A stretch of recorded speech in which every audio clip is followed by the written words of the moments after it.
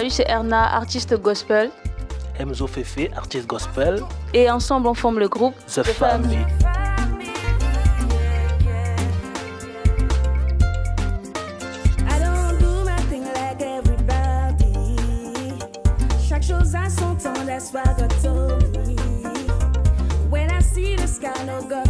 Le groupe The Family est né d'un coup de tête. C'était pas vraiment très pensé.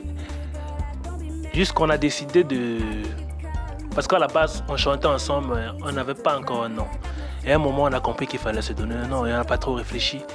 Et on s'est donné, vu que nous sommes de la même famille, on s'est donné le nom The Family.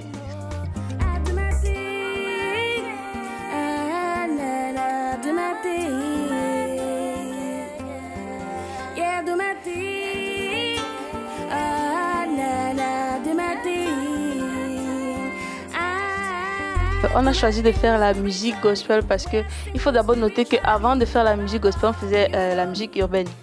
On faisait dans le séculaire. Après, il y a eu des événements personnels de chaque côté qui nous ont fait prendre conscience qu'il y avait plus que ça en fait. La musique, ça ne se limitait pas qu'à de l'ego trip, qu'à parler de soi et tout, qu'il y avait d'autres aspects beaucoup plus spirituels qui nous caractérisaient mieux. Donc on a décidé de se consacrer au gospel en vertu de nos histoires personnelles.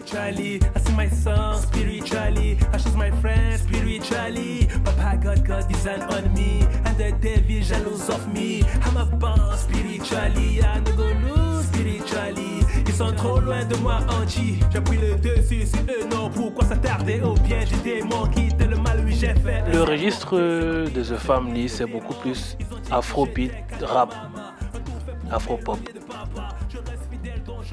De base, nous écoutons beaucoup le rap.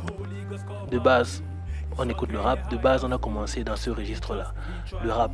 Mais sinon, nous écoutons aussi de l'afro, afropop, afrobeat, trap. En tant que groupe, on a mis sur pied, je crois, plus de 2 singles. Quoi. Et il y en a 2 qui sont sortis, qui sont disponibles sur YouTube. Maintenant, en tant que collaboration avec les autres, je pense que c'est ça la nouvelle portée du groupe en 2021. Donc, c'est beaucoup plus de collaboration avec les autres artistes pour voir ce que ça va donner. Parmi les projets déjà sortis, il y a Glory, il y a Be Yourself, il y a Spiritually, qui est des singles qu'on a sortis. C'est déjà sur YouTube et sur toutes les plateformes de téléchargement.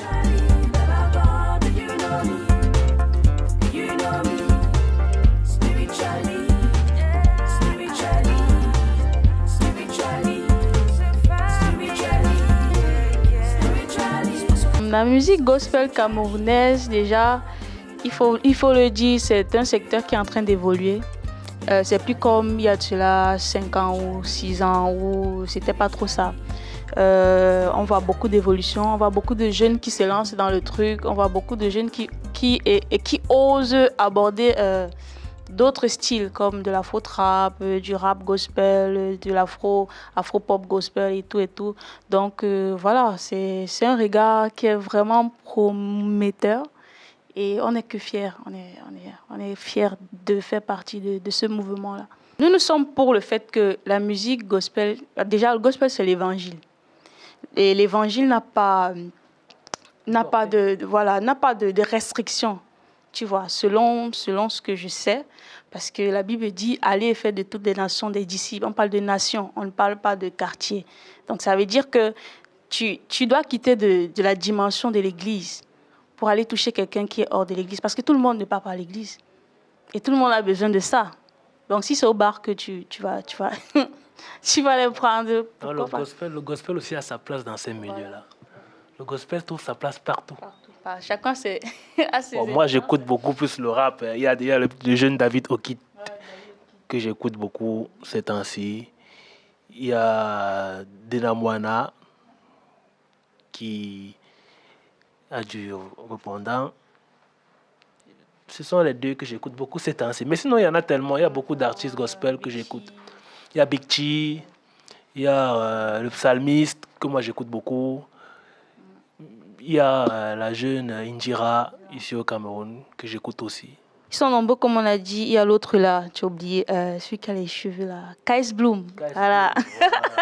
Il y a KS Bloom, au Cameroun, il y a Guy Michel Kingé, il y en a beaucoup. Il y a Ewetson. Ils sont tellement nombreux.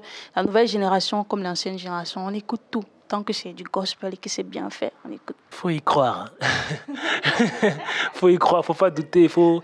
Il y a toujours les blocus, il y a toujours des intrigues qui vont aller avec, mais le tout c'est d'y croire. Faut y croire, c'est tout ce que je veux dire.